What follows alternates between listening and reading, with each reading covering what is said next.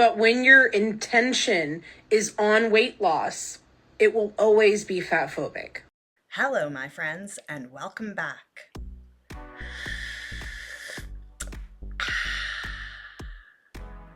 Today, we have something a little bit different because this past weekend I teamed up with the Cynical Dude and we made a couple of videos. You may have already seen one of the videos on his channel, but this is the second part to our chat. We did 2 different TikToks, so these are 2 different videos. So don't worry, you're not seeing the same thing twice. This was a really fun conversation with Cynical Dude where we talked about fat phobia and the ridiculousness of it. And you'll also be able to see a more casual side of me, as this was a free-flowing conversation rather than a staged video. So without further ado, let's jump right on it. So welcome, Cynical Dude, to the channel. I'm so excited to have you here and anxious to hear your funny takes on all the fat acceptance things. Thanks for having me on. I look forward to your clips. I'm sure they're ridiculous. That's what we're here for, the ridiculousness. Yes, the ridiculousness. Okay, here we go. But people who go after others who are skinnier than them call them fatphobic when really they're jealous and wish they could be skinnier. So someone who is thinner than me, skinnier than me, is not simply fatphobic because they are in a smaller body than me. Various body sizes exist for a variety of reasons. Some people are skinny naturally. Some people are fat naturally. Stopping it there. Body sizes exist for a variety of reasons. So the obese body type does serve a purpose in nature somewhere. We just haven't found it yet, I guess, right? What purpose does the obese body type serve? Right? The athletic one can get you like up a set of stairs. What can the obese one do for you? Help you take a nap? Sorry. Well, I always find it interesting how they say that some people can be naturally thin and naturally fat. I usually call it effortlessly thin because the people that are naturally thin are still abiding by calories in, calories out. They just eat less and move more naturally without thinking about it. And they always say, oh, I know so-and-so who can eat thousands and thousands and thousands of calories. And I'm like, yeah, but what do they eat for the rest of the week? They don't actually. You saw them on the one day where they were eating a lot. It's not effortless. It just seems that way because it's their lifestyle. Like they move around a lot and they eat healthy food without thinking about it because they were raised that way or they've adopted that as their lifestyle. It's not effortless. They just change their priorities. Like I consider staying thin to be effortless for me because I'm not sitting here thinking about it all the time. I just eat the way I do and exercise the way I do. And it's not like I'm over here like, oh my God, I could have some of that cake. Like you're depriving yourself of all this stuff by not eating sweets. No, dude, you get over it. You get over it at one point. I think that also when you're more in tune with your body, I can look at something that might look good, but go, that's going to make me feel like crap. Yeah, and absolutely. I value that more. That Cinnabon bun is going to make you feel like garbage shortly thereafter. Yes. And it's true, dude. I had one not too long ago and I was like, oh, dude, what the hell was I doing? Like, it's not even good anymore. I'm like, what was I ever thinking eating any of this crap when I eat it now? So that's a good place to be. Hopefully everybody will be there one day and you'll not be like, oh my God, I have to have that cake. You know? It's an addiction. It is. Some people are skinny because of a health reason. Some people are fat because of a health reason. So the health reason thing, like I believe that you can have a health condition that makes you thin, that you don't absorb your food and you have a tapeworm or something. But all of the fat diseases, I think they all come back down to driving your appetite. Like, correct me if I'm wrong. Is there any fat disease that does not come back to just making you eat more? No, not that. No, it always comes back to that. Or make you lazy, make you not want to move. I don't know. There's no disease that makes you obese, dude. Like, there's nothing that makes you pull calories from the air. I sound like a broken record saying that repeatedly, but they're always like, it was my thyroid, it was my PCOS, it was my this and that, dude. Like, I thoroughly believe that if you were immobile and couldn't move, I could make you be thin just by adjusting your caloric intake. So I don't know. Yeah, I believe that too. But when your intention is on weight loss, it will always be fatphobic. I What do guess you I'm think fat about phobic this then. whole? Yeah. I don't know. They're always trying to paint themselves as the victim. If you think this or do that, then you're against us in this kind of way or that kind of way. Like, I don't care. Label me that way, dude. Give me all the labels that you want. It's not going to stop me from speaking the truth and living my life the way that I want. That's what they're trying to do. They're trying to shut down any sort of dissent. Yes. Well, they invented this word. Like fat phobia did not exist a few years ago. So they can make up what fat phobic means and just slap it on everyone. Dude, none of these phobias Yes, that I don't have like you. come Therefore, out in you're the fat past phobic. couple years existed. We all know that. There was none of these phobias 10 years ago. All this shit just fell out of the sky and everybody adopted it. Because There is nothing wrong with being in a thin body, fat body, whatever body you have. There's nothing wrong with anybody's body and them loving that body for who they are, for what it looks like. So loving yourself and loving your body, but do you have to love it for what it looks like? And can you not love it enough to make it healthy? yeah, can you not love it enough to have it be a work in progress? Like, if I'm building something out of clay, I don't have to love the lump of clay on day one. Yeah, I totally agree. I hate this whole talk about self-love, but yet they're being self-destructive. Like, Yeah, you all need to love yourself. Like,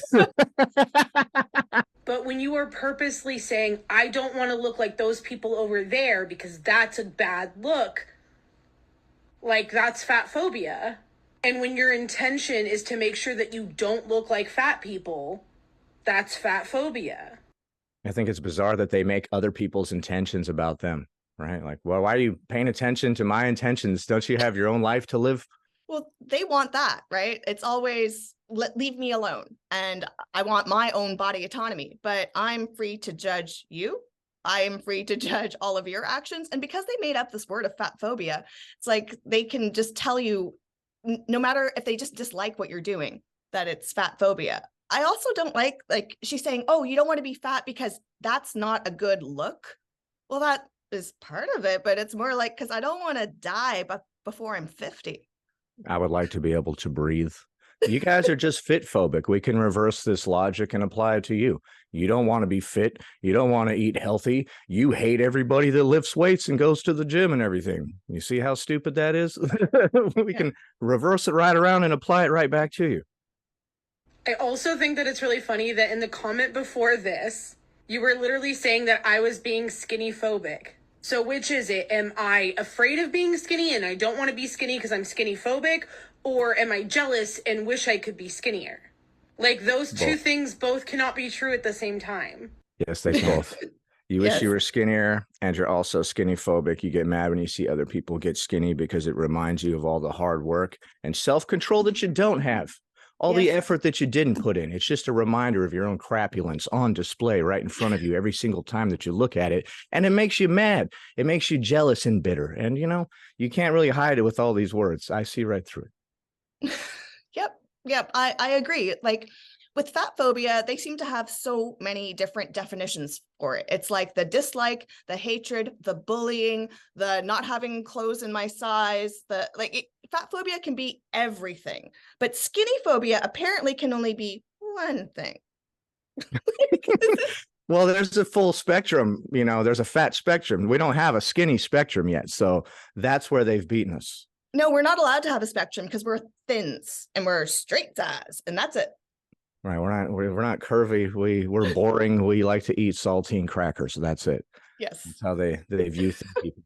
You won't sit around eating crackers all day and crying about your weight. Like, oh my goodness. The way that they think you have to be to lose weight is ridiculous. Like, they've been watching too many of those weight loss commercials from the early 2000s and those yoga booty beach body diet freaking fad things. And the video that you commented this on, which is from back in February, was about a creator who has several million followers, who made a video that said, when people tell you that intentional weight loss is fat phobic, and they made a video saying, I promise you it is not. I promise you it is not. Yeah, I promise you that it is not. And if it was, who cares? You know, if me living my normal life means you're going to give me all these bizarre labels and stuff, I guess I'll just own them. I guess I'm fat phobic, and I don't really If Well, these labels have no power over you, then you can go on living your life and you can just shrug them off. yeah, And that's what exactly. everybody should do.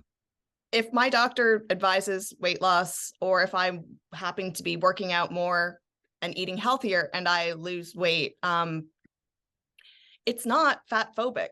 Like, it's me wanting to be healthy. If I happen to get thinner, then I happen to get thinner. Or if it's my goal to get thinner, then F you, it doesn't matter. It's my business. Well, typically when I'm down in the basement and lifting weights, with every rep, I'm like, fuck fat people. Fuck fat people. Screw Sapphic, bro. Like, that's my main motivation for everything in life. When I go to the grocery store, buy healthy food, I'm like, this is to stick it to Hannah Talks Bodies. She's gonna hate this. Like, I don't know, man. These people are delusional. It's fun. I remember the day I realized that the world didn't revolve around me. That was a great day. Was it yesterday? It wasn't that long ago, unfortunately. You say that with a huge poster of yourself in the background. I know. You know, that's where the part of the mystery comes in, right? I'm an enigma. See, I'm very mysterious. Right. Very passionate. That's why I'm always yelling and freaking out. I consider myself to be a fat liberationist. I followed this person and liked them up until this point, so I thought I would be gentle and say, hey, actually, it is intentional weight loss, will always be fat phobic. Tried to explain it, and they lost their mind and said that I just wanted them to get diabetes.